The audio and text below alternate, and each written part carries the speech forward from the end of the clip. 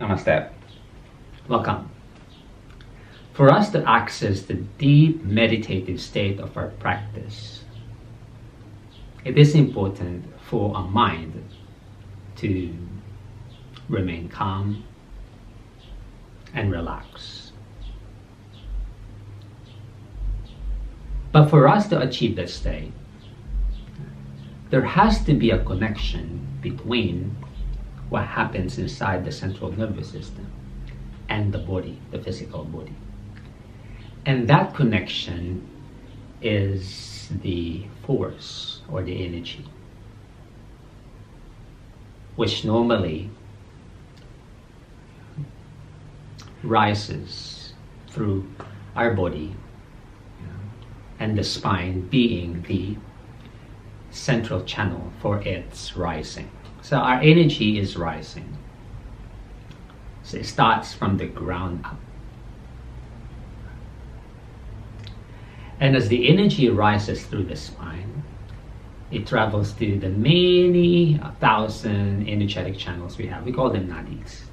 Some books say we have like 72,000 nadis, some 350,000 nadis. But it really doesn't matter. We have many thousand.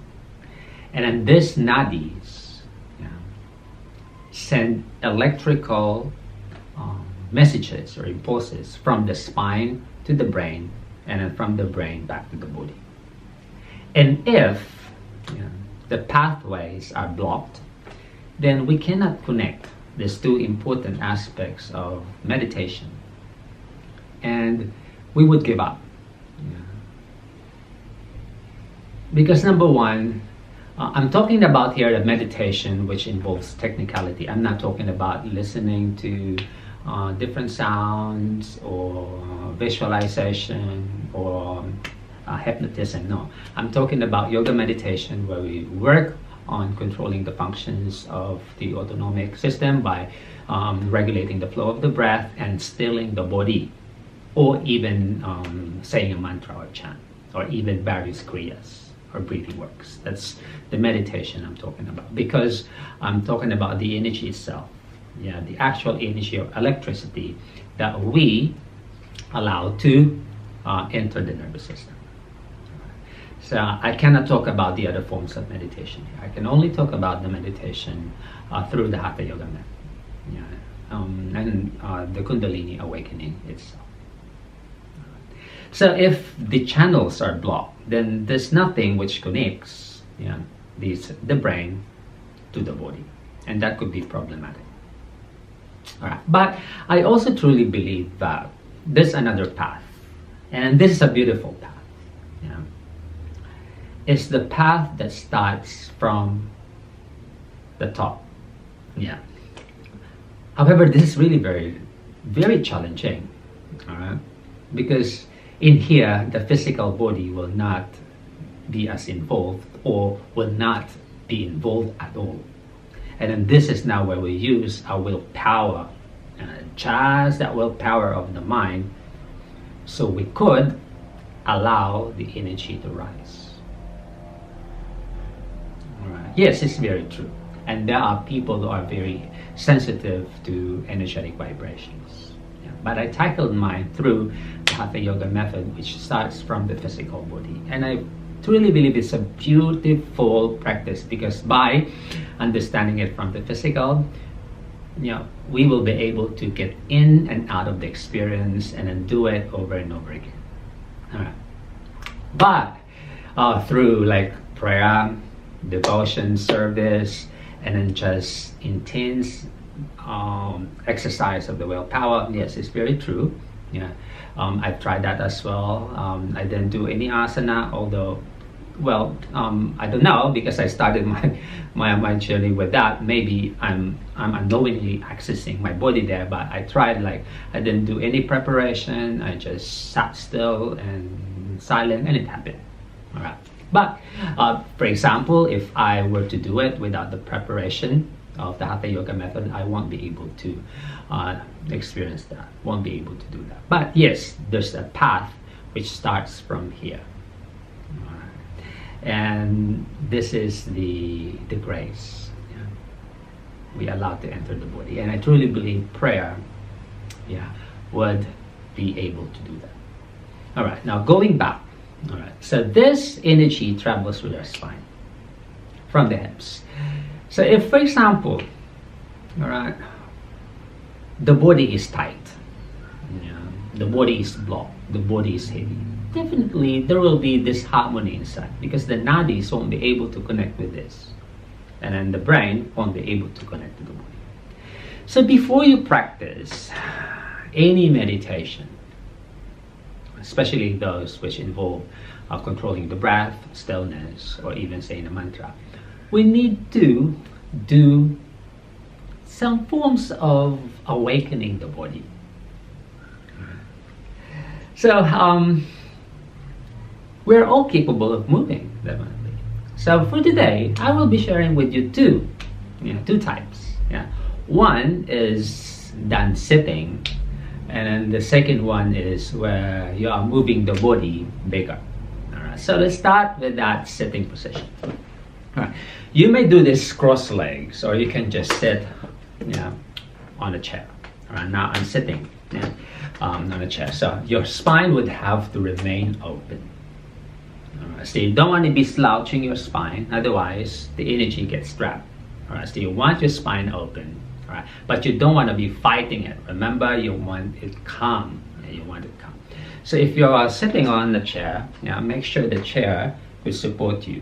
So you lean your back up against the backs of the chair, or you may have a wall there, and then you just rest your spine up against the wall. Right. But remain alert. Remain alert to your spine. Right. And then now, we will try to flow our breath first using its natural rhythm, and then energize it. All right. So happens now you're sitting up tall. If you're doing cross legs, same. All right. So first, feel the breath. Feel its natural flow in and out of your system. Feel how it manifests internally. The lungs expand, the chest opens. And then feel the body sustain, like the shoulders hang. All right. And then stay, a couple of more breaths here. Right away, you can feel now, that you need to connect the breath with the movement. And then the breath will have its organic way of manifesting, like rising and closing. And next time, lightly open the eyes, and then lightly lift the head up. And then feel this, because the neck is a part of that spine, especially the neck, the backs of the neck. This is where the energy rises. Open up. And as you exhale, lightly open the jaw, and then say the word, like a gentle sigh. Now breathe in over the neck. Exhale. Breathing in. Exhale. So the high is when we release the old stale energy out of our system.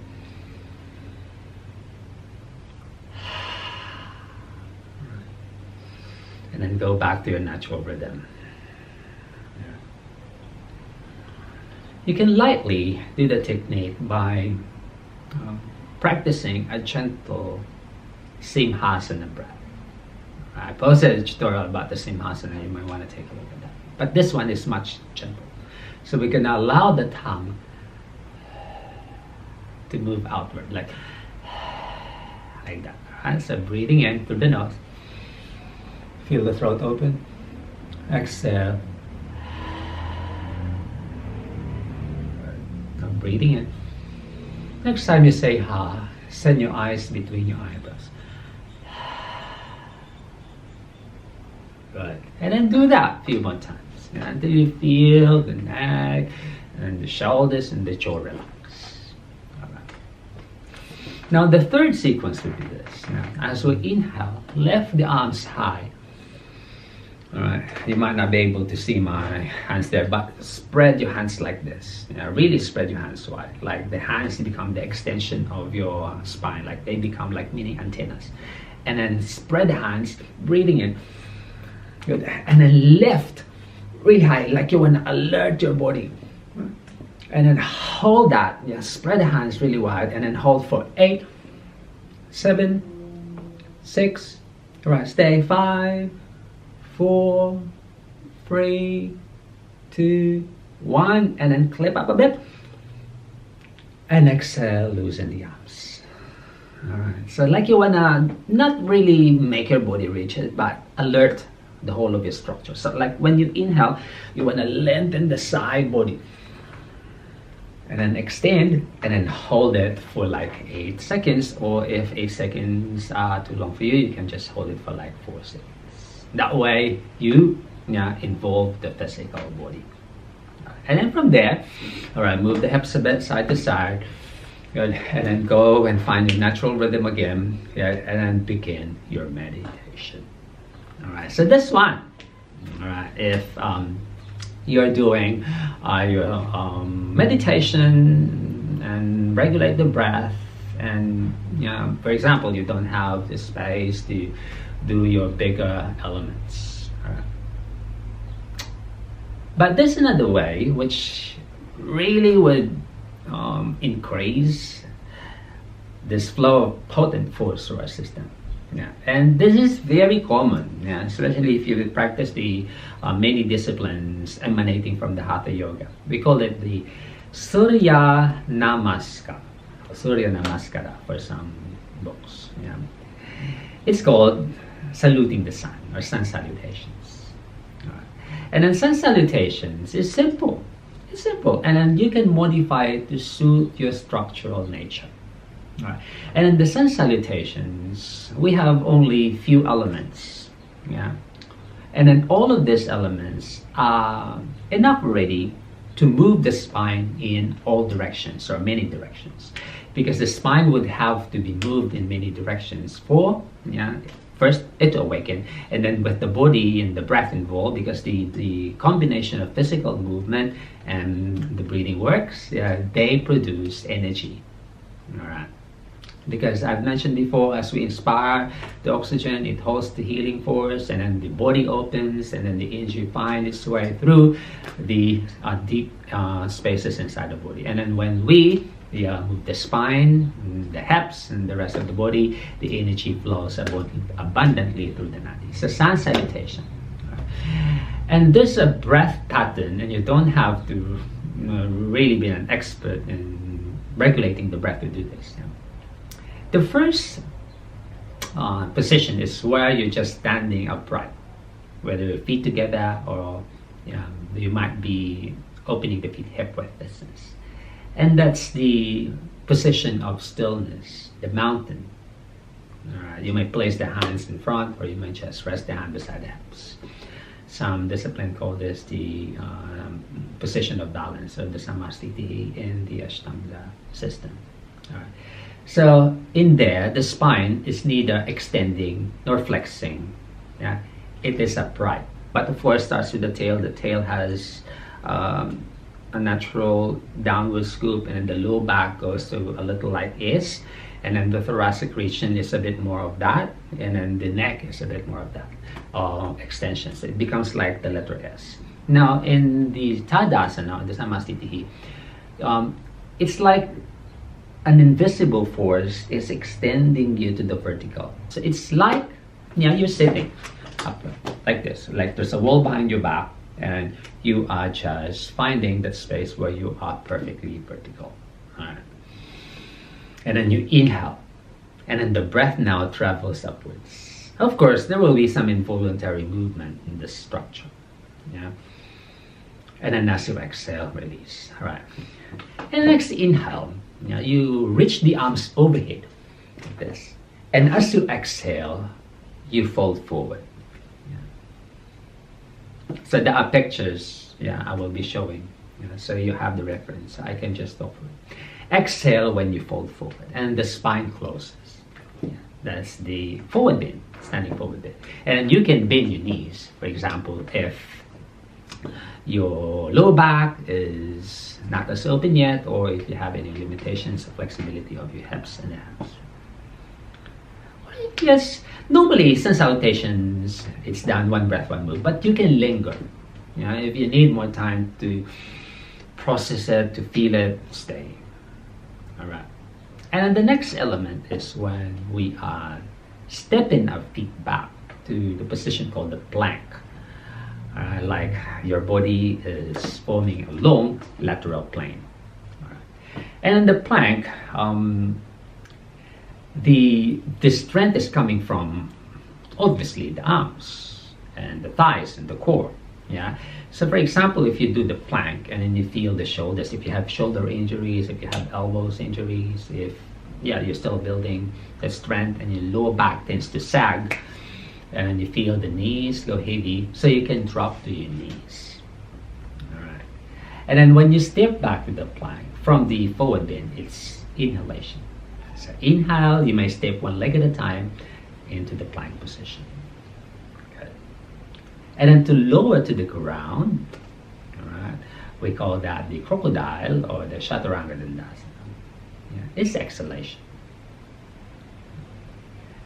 And then when you curl the spine upwards, like the shape of the cobra, the shape of the dog, it's called the upward dog, upward facing dog, or the cobra position if you are not pressing too hard. And the breath pattern is inhalation, because as we lengthen the spine, we send the breath to pass through the spine, so it lengthens. And when we push away back to the position where the hips go high behind us and the head goes low, it's called the downward facing dog, or the Adho Mukha Svanasana. And generally the breath pattern is exhalation, but you hold maybe, normally I would stay in the downward dog because I like to stretch my hips a bit there, and then just breathe normally. And then when you step forward, you inhale, open the spine a bit, and then exhale and back to your forward bend. Right? And then inhale back to stand, and exhale, you can place your hands to your heart space in front, or you can just rest your hands back beside the hips. And you redo the process. Now when you get the rhythm of it, when I do it, the first round, I would spin maybe 1 or 2 breaths in each position, because I wanted to feel the body and open some tight spot.